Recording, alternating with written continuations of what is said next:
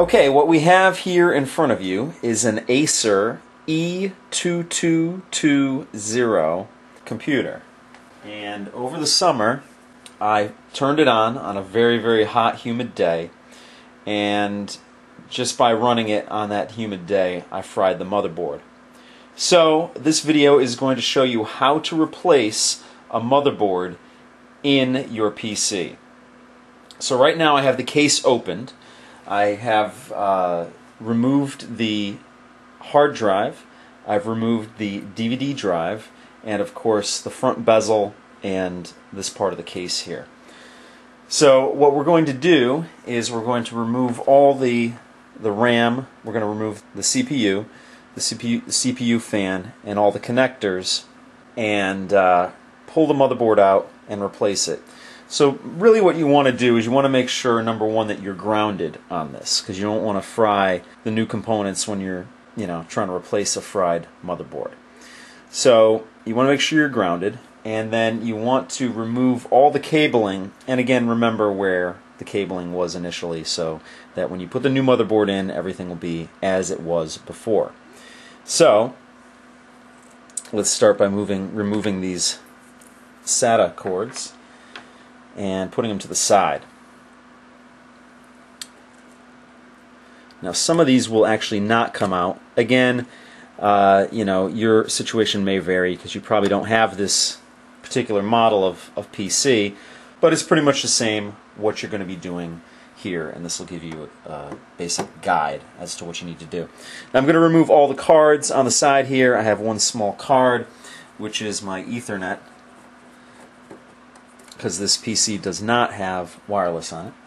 So you want to remove the card and make sure, again, that you're grounded, and make sure you remember where everything goes. It shouldn't be too hard to remember everything. There we go. Okay. Now I'm going to disconnect the power supply. Alright, that was one connector from the power supply. Second connector is over here, and it is, you just press the tab down and pull it out. Okay, power supply is disconnected. And now the remainder of the cords that are connected here are the cords for your case cords. So you just want to pull them out. There we go. That's one. That's two. Got four more to go.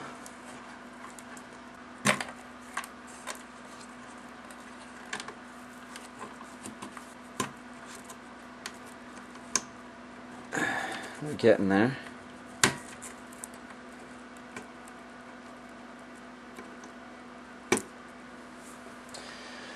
Okay.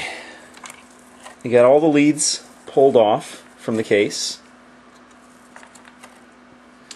I have my power supply disconnected and all my drives disconnected. Now I just want to pull out the RAM, and if you don't know how to pull out RAM or put it in, for instance, we're going to show you that in this video. But to pull it out, it has these tabs alongside it that help it snap in and stay in. You just want to pull the tab back one and pull the other side out one, and it just lifts right out. That's one stick of RAM, and do the same with the other one. Real easy. Okay, the next thing we want to do is we want to pull off the CPU fan. This is connected by 4 screws here. This is a Pentium dual core, and just want to undo it. That should have come off there.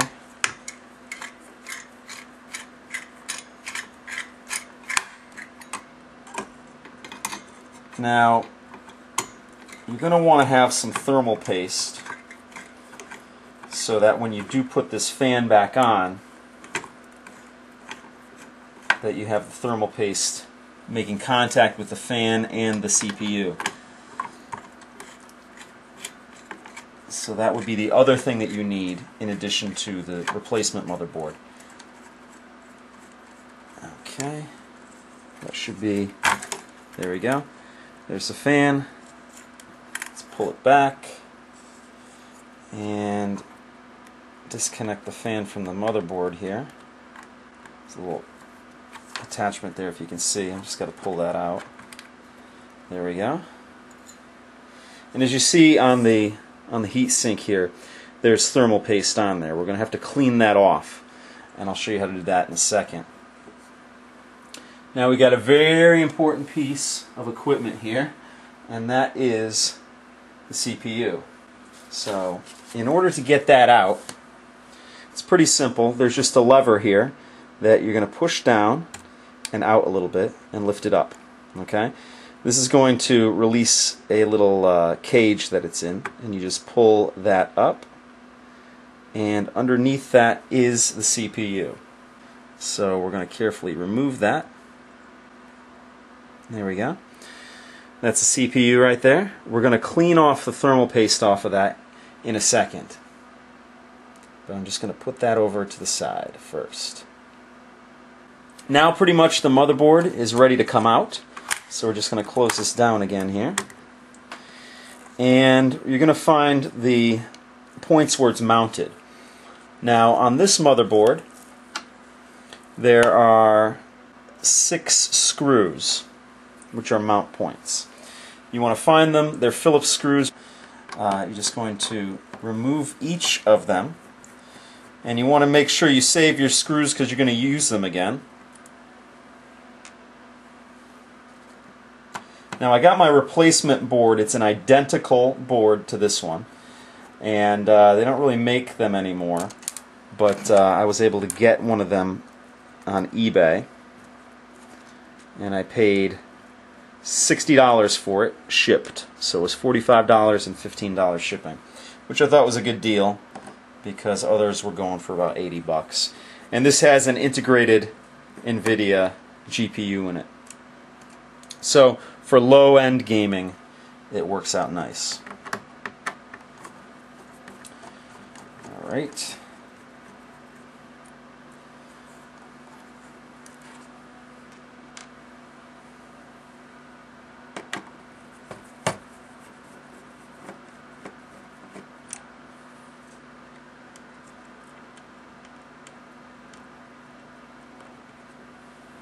One more to go, and then we can just lift the motherboard out and put the replacement board in. Now the only thing that I'm probably going to be able to salvage from this motherboard is the battery over here, which really isn't a big deal because it's not an expensive item, but that's what I will probably be able to save from this thing. So I'm going to pop this off here.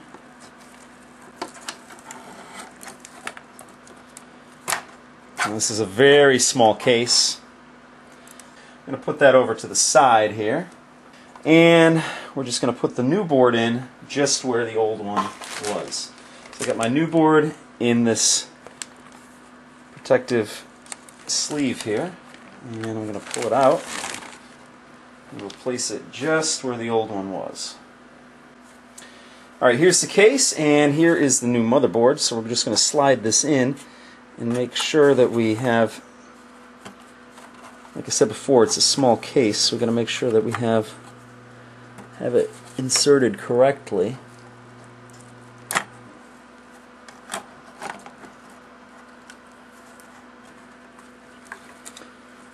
Alright.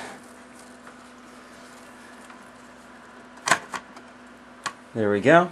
Okay, we have all the screw points situated here so that the 6 screw holes here are all lined up and the motherboard is situated. I have a screw that attaches to the case on the outside here, so I'm going to put that one in first.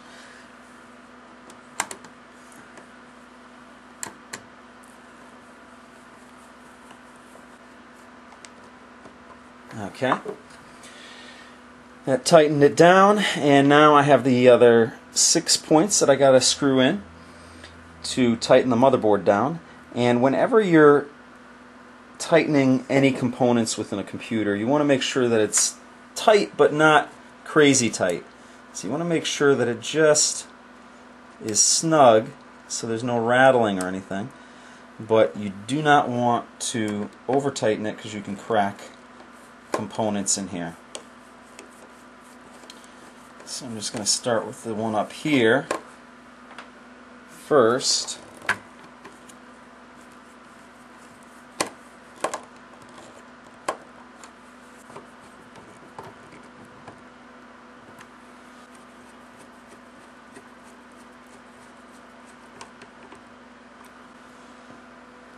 Only 3 more to go.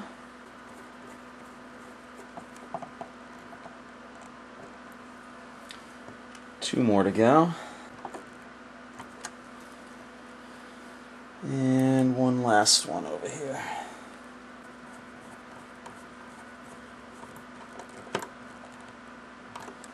Okay, the motherboard is screwed down to the case, and the next thing that we're going to do is we're going to put the Ethernet card back in and start connecting things again. Just line up the ports here and slide it in. Real simple. Alright, we're going to tighten it down.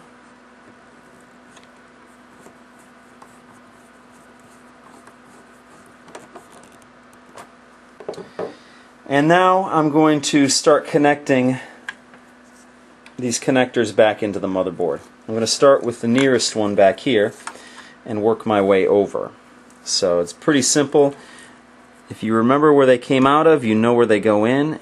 And in this case, you can't mess this up because the actual cords are only the length to make it to where they're supposed to plug in. So just line it up and push it in. Make sure you don't bend any of the pins. These are all the USB ports and the power button and everything from the case. So just reconnect everything.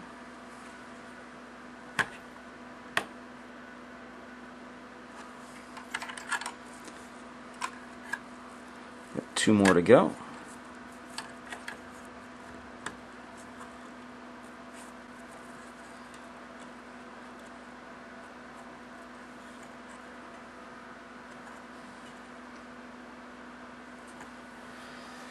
Okay, got those connectors squared away.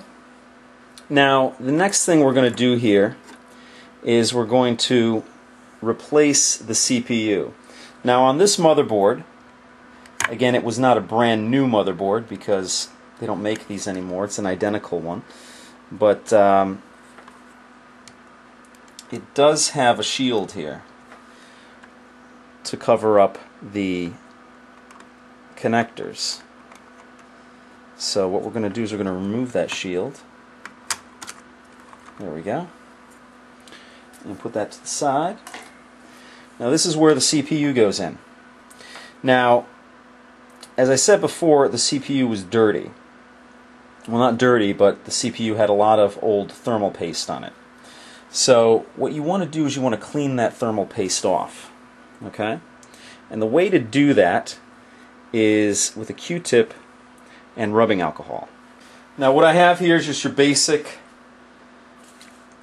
isopropyl alcohol, rubbing alcohol, and I put it on a cloth.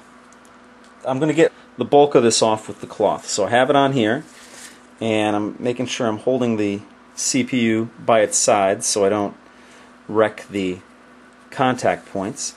And you just want to clean all this thermal paste off. And it is, like the name implies, it's like paste. So you're just going to want to clean that off, as you can see on there.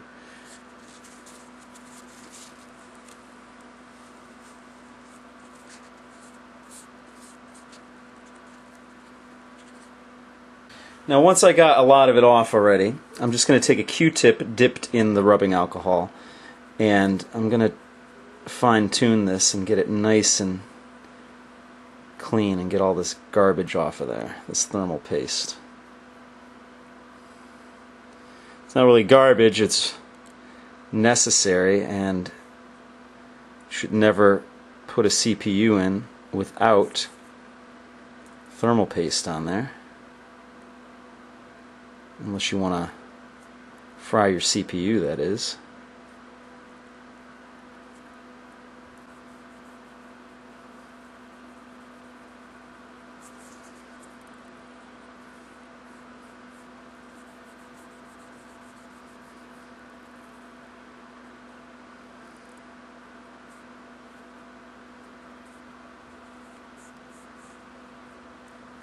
Okay, it's all nice and cleaned off now. And what you want to do, these CPUs will only fit in one way. Okay, so what you want to do is you want to find the notches here on the side. I don't know if you can see it with that background, but you can see there's notches right here on the CPU. And you want to match up those notches with the notches here. So I'm just going to place it in like this. And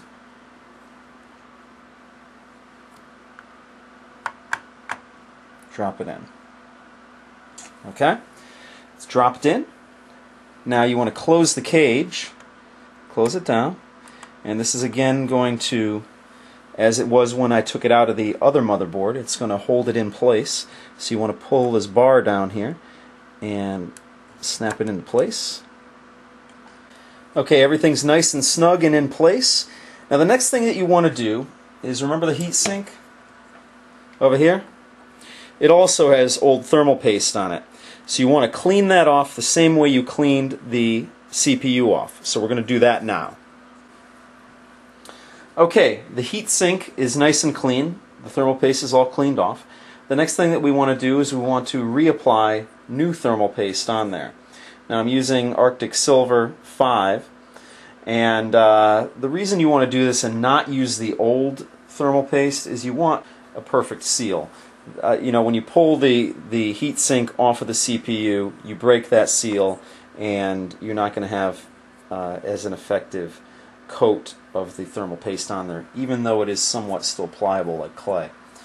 But you know, you always need new thermal paste on there when you mess around with the CPU and the heatsink. So let's bring this back into view here. Now what you're going to need for this is you're going to obviously need your thermal paste, and you're going to need some sort of tool to coat the CPU with it. You can use a business card, you can use a special tool for it, a little spatula for it, a little plastic spatula. I have a note card here that I cut up, and I'm just going to fold it in half just to give it a little more extra strength.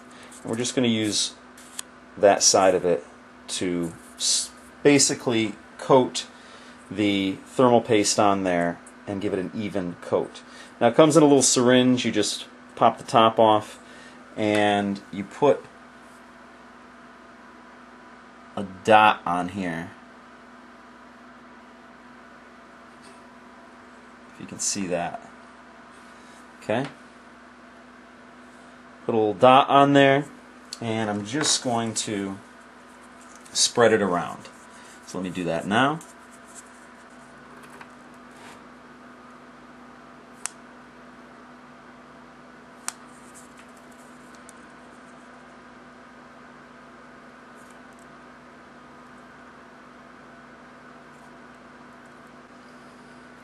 Okay, I've covered the CPU with a thin coat of thermal paste, and that should do.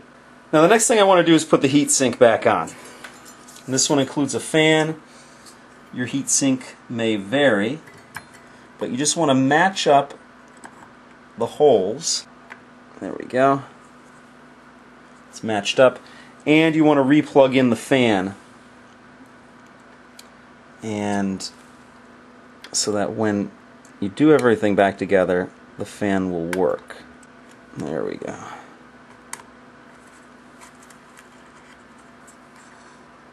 Okay. Now the next thing we do is just screw down the heatsink. You can feel that it's connected to the thermal paste in there. And the thermal paste is just as you would expect the name implies. It's got a thick consistency to it. So I'm just going to try and get this even on here.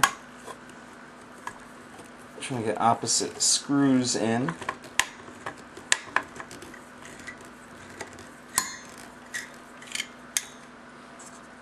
so that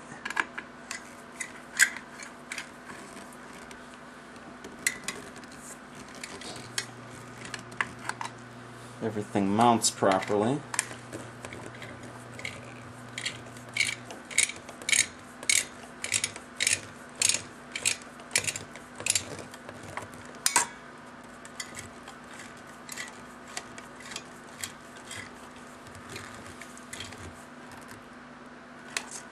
Alright, everything should be nice and tight now. I have the CPU fan, which is attached to my heatsink, now mounted over my CPU, and it's all plugged in.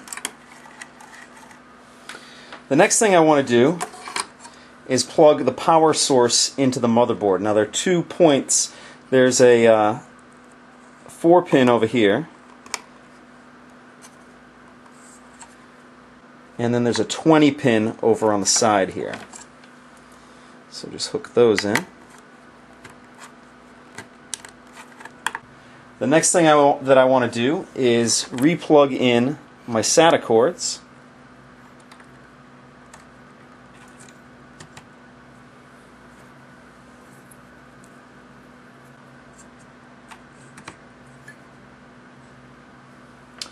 And the final thing I have to plug in are my RAM sticks. So you're going to install them just as you would take them out. Basically, you just want to make sure it's all lined up.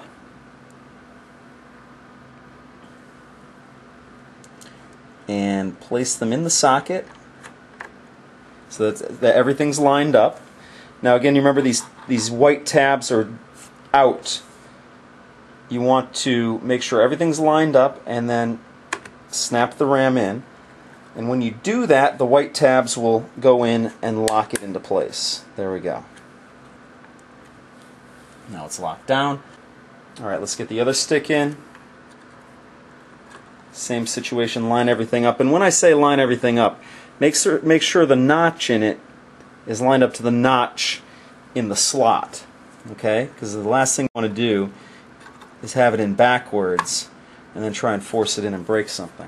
You just want to line it in to make sure everything's ready to go in the trench there, and then just push it in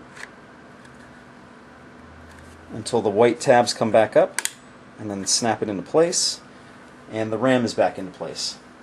Now the next thing I'm going to do is I'm going to put everything back together on this, and as far as the old motherboard, wish I could do something with it, but there's really nothing I could do. I'm going to try and find a place to recycle it.